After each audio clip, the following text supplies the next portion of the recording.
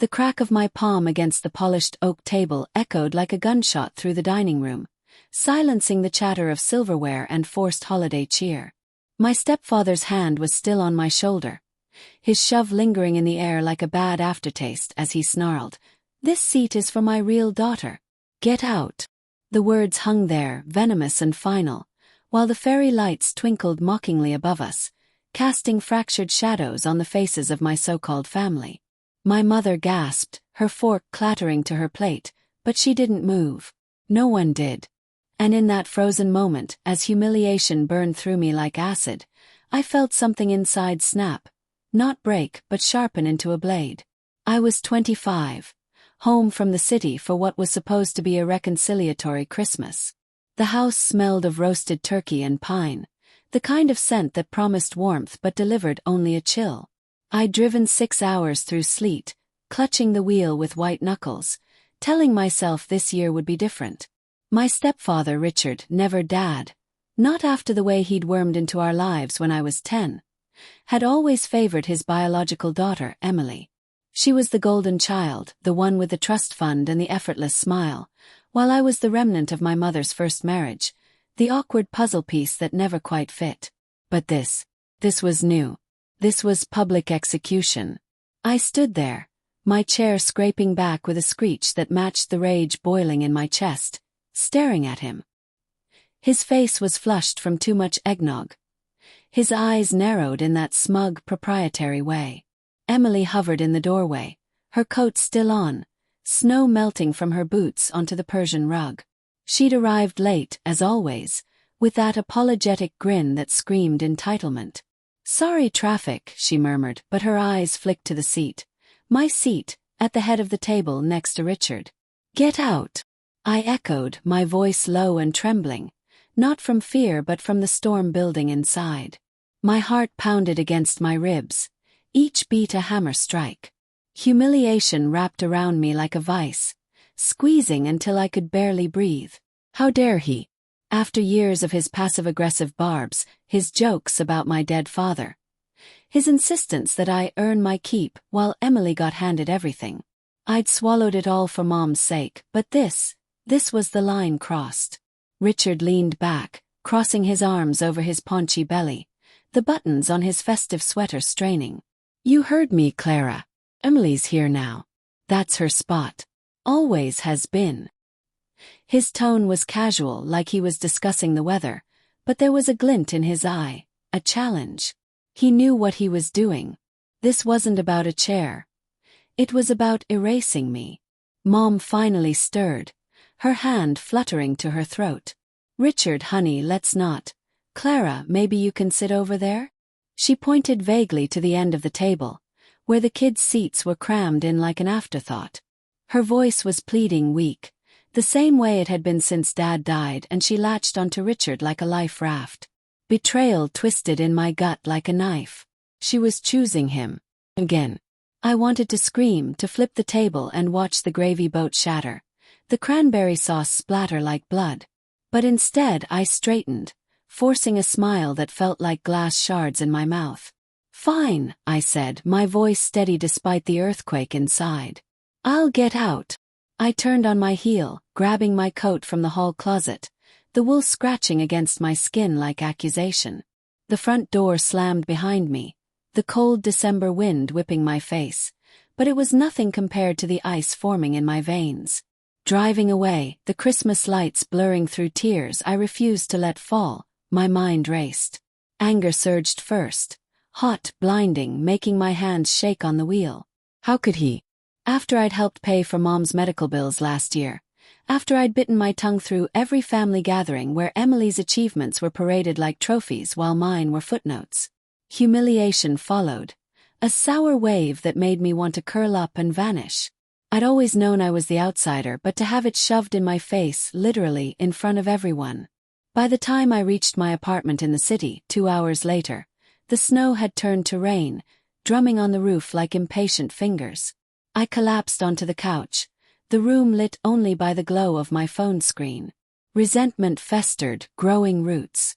Richard wasn't just a bully. He was a manipulator. He'd convinced Mom to rewrite her will last year, funneling everything to Emily under the guise of fairness.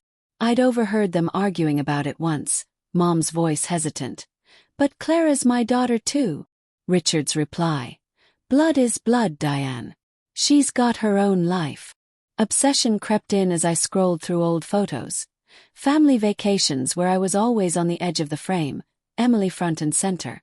I imagined confronting him, my words slicing like razors. But that wouldn't be enough. No, he needed to feel what I felt. The sting of rejection, the slow poison of being sidelined. Guilt flickered at the edges.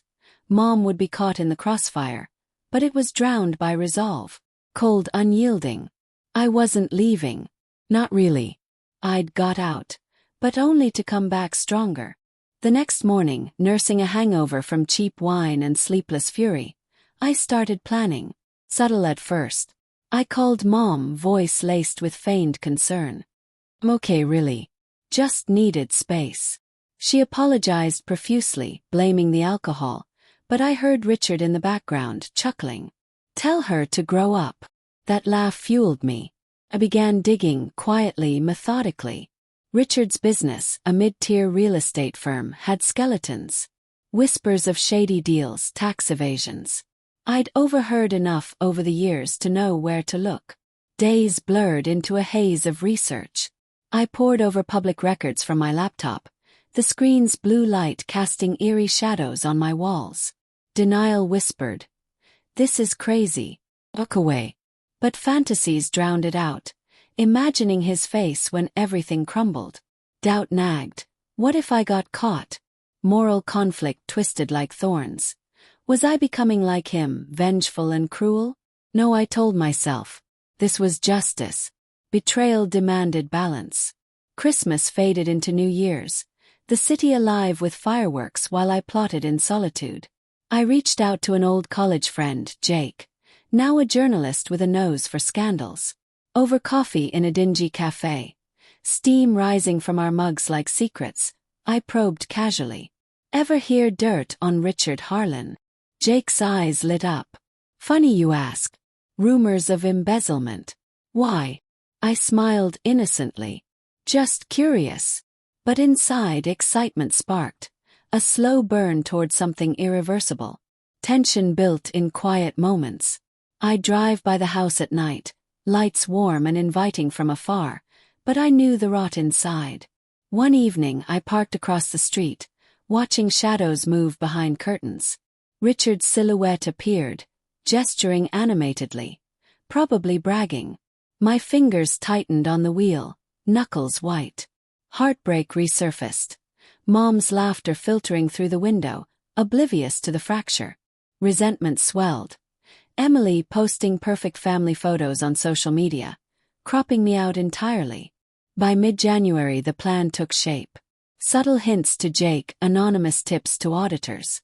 Nothing traceable. But fear gnawed. What if it backfired? What if Mom suffered? Guilt clawed, but resolve hardened. This wasn't impulse. It was calculated. I imagined the payoff. Richard exposed, humiliated, his empire crumbling. Poetic justice. Yet, as I lay awake, staring at the ceiling cracks like veins, doubt resurfaced. Was revenge worth the soul it cost? The question haunted, but the memory of that shove propelled me forward. The slow burn ignited. Spring thawed the ice, but not the frost in my heart.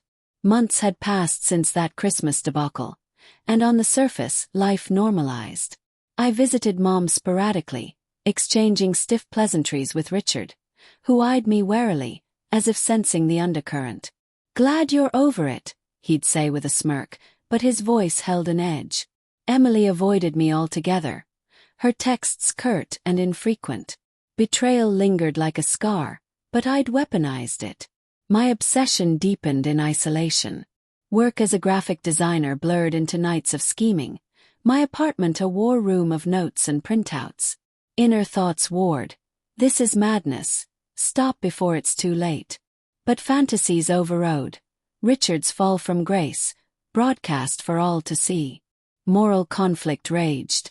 Was I the villain now? No, I rationalized. He started this. Family was supposed to protect, not discard. Jake proved invaluable. Over beers in a crowded bar, the clink of glasses masking our whispers, he shared findings. Your stepdad's firm. Dodgy loans, falsified appraisals. I've got a source inside. His eyes gleamed with journalistic hunger. Want me to pursue? I nodded, feigning nonchalance, but my pulse thrummed. Suspense built like a tightening coil, each email from Jake a hint of impending doom. I planted seeds carefully. An anonymous email to the IRS, detailing discrepancies I'd uncovered through public filings. Nothing flashy. Just enough to trigger an audit. Richard's stress showed in subtle ways. Bags under his eyes during Easter dinner. His laughter forced as he carved the ham. Business is booming, he boasted, but his hand trembled slightly. Mom fretted. You look tired, dear. He waved it off, but I saw the crack. Dialogue revealed fractures. One afternoon, alone in the kitchen while Mom gardened, Richard cornered me. Heard you've been asking around about me. His breath reeked of scotch, eyes accusatory. Tension hung thick, the air humming with unspoken threats. Stay out of my affairs, Clara. I met his gaze, voice steady. Or what? You'll shove me again. He faltered, a flicker of uncertainty. Suppressed rage simmered in me, but I held back. Timing was everything. Emily complicated things. She called one night, voice laced with suspicion. Dad says you're stirring trouble. What's your problem? Heartbreak twisted. We'd been close once before Richard pitted us. My problem? He treats me like garbage. She sighed. Grow up. Life's not fair. Blick. Resentment flared anew. She wasn't innocent. She'd enabled him, basking in favoritism. As summer sweltered, the plan accelerated. Jake's article dropped. A scathing exposé in a local paper, naming Richard's firm in a fraud probe. I read it in my cubicle, heart pounding, the office chatter fading to white noise. Vivid details. Forged documents, kickbacks.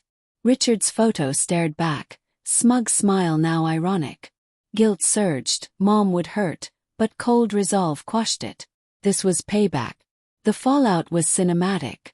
I arrived at the house unannounced, the humid air thick with tension.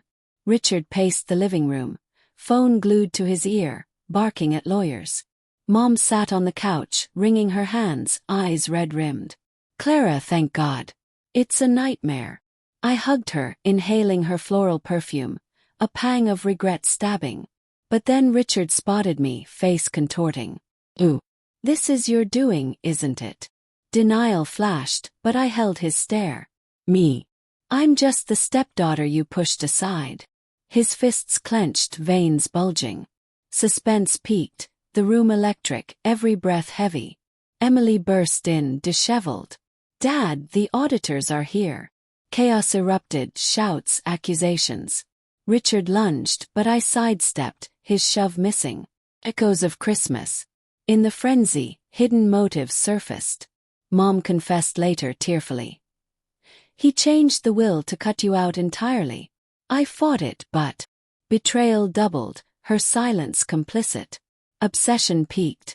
Revenge felt justified, yet morally gray. Had I gone too far? The twist came swift and shocking. As authorities carted boxes from Richard's office, Jake called. Clara, there's more. Emily's involved. Signed off on the fakes.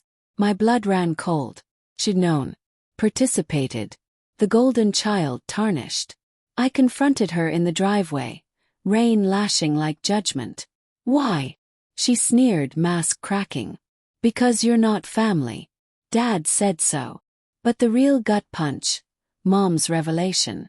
Richard's not her biological father either. He adopted her after her mom died. He lied to everyone. Layers peeled. His favoritism a facade, born of guilt over his own secrets. My revenge had exposed it all, but at what cost? Richard crumbled, arrested for fraud. Emily fled, disgraced. Mom, heartbroken, turned to me. I should have protected you. Poetic justice tasted bittersweet. I'd won, but the obsession left scars. Guilt over the collateral damage, doubt if vengeance healed or hollowed. As I drove away, the house shrinking in the rear view, resolve faded to reflection. Betrayal birthed revenge, but the cycle, it ended with me. Or did it? In the quiet, a new resentment stirred, toward myself for becoming the monster I'd slain.